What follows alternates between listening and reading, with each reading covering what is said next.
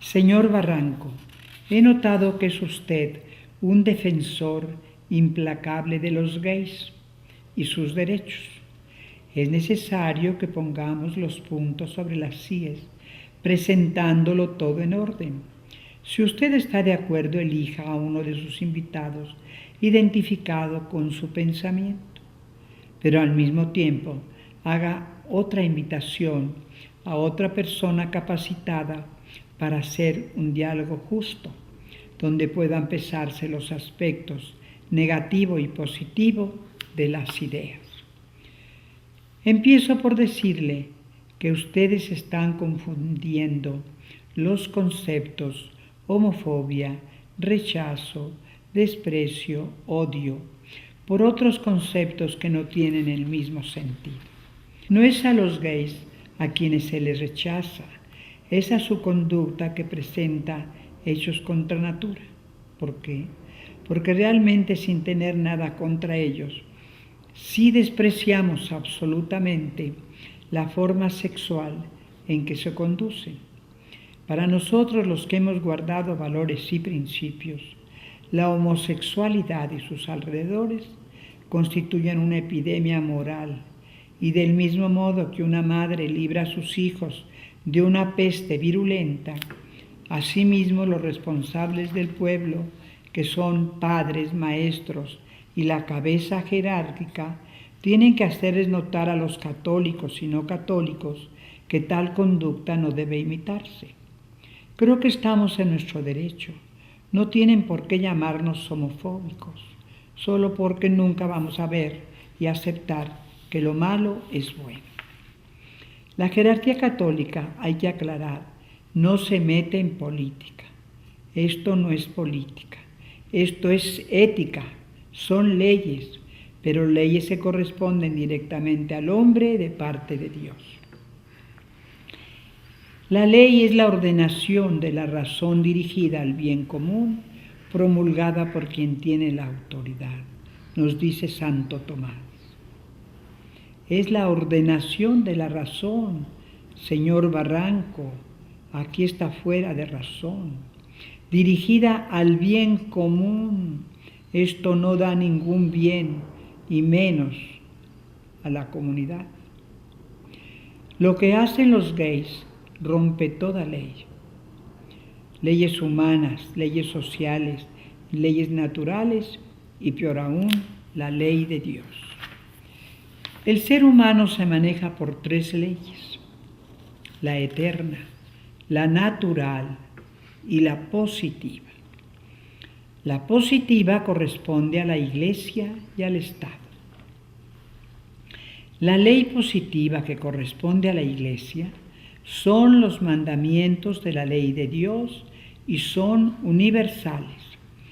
La ley positiva humana son las leyes de una sociedad marcadas por los gobiernos de cada país. Las leyes civiles, si desconocen a Dios o no consideran al hombre en todo su contexto o nacen de intenciones malas, son erróneas y falsas. No pueden llamarse leyes. La ley positiva divina, o sea, los 10 mandamientos, son la misma ley natural que va impresa en todo hombre. Solo que la ley natural es íntima, es interna, pero bien llevada, da hacia afuera frutos maravillosos. Y la ley positiva es la expresión de la ley natural. La ley positiva, que son los mandamientos de la ley de Dios, fue escrita por el mismo Dios en el monte Sinaí y entregada a Moisés para que la cumpla todo ser humano. La ley eterna, en la eternidad de Dios, en el Dios de toda la humanidad, que no cumple leyes, que Él es la misma ley. Por ello le llamamos ley eterna. Y de esa ley eterna fluye la ley natural, que se abre ilustrativa en los mandamientos de la ley de Dios. Todo esto podemos probarlo con la Sagrada Escritura, la tradición apostólica y el magisterio eclesiástico, incluyendo la misma historia profana. Nada es inventado. La fe, que es de otra dimensión, que es una luz que está sobre el entendimiento, no fuera de él, y que nos hace ver con claridad todas las verdades católicas. Así que la jerarquía católica no se está metiendo en política, está defendiendo los verdaderos derechos humanos del hombre, de no caer en la prostitución, de no degenerarse y salvar su alma. No enredemos el caso con supuestas homofobias y odios y con invasiones al terreno político, porque no es así.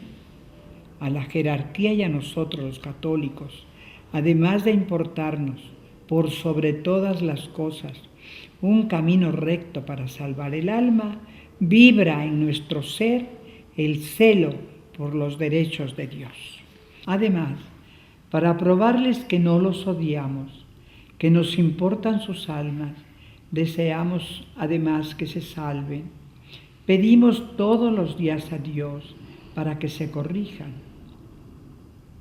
Están usando mal sus derechos, porque el derecho, el deber y el respeto van unidos. De otro modo es imposible hablar de uno de ellos. Y ustedes, alegando sus derechos, están pisoteando los derechos de otros y la propia dignidad. Respetando lo que ustedes llaman su derecho y libertad, les decimos, ustedes hagan lo que quieran, vivan ordenada o desordenadamente, no es su derecho, pero sí su responsabilidad. Hagan lo que quieran, cásense a su modo, si así lo desean, pero realmente no rompan con nuestra moralidad. ¿Qué obligación tenemos nosotros de ver visiones por todas partes, visiones ya institucionalizadas? Alegan derechos que no son derechos, pues los derechos tienen fundamento y condiciones, y los falsos derechos de los gays no respetan fundamento ni condiciones. Son los derechos de Dios los que defiende la jerarquía. Son los gays y sus defensores los que están metiéndose en las cosas de Dios.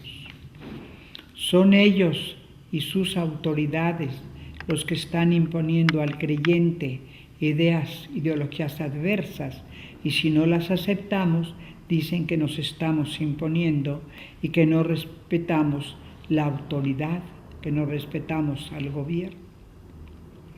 Dad al César lo que es del César y a Dios lo que es de Dios.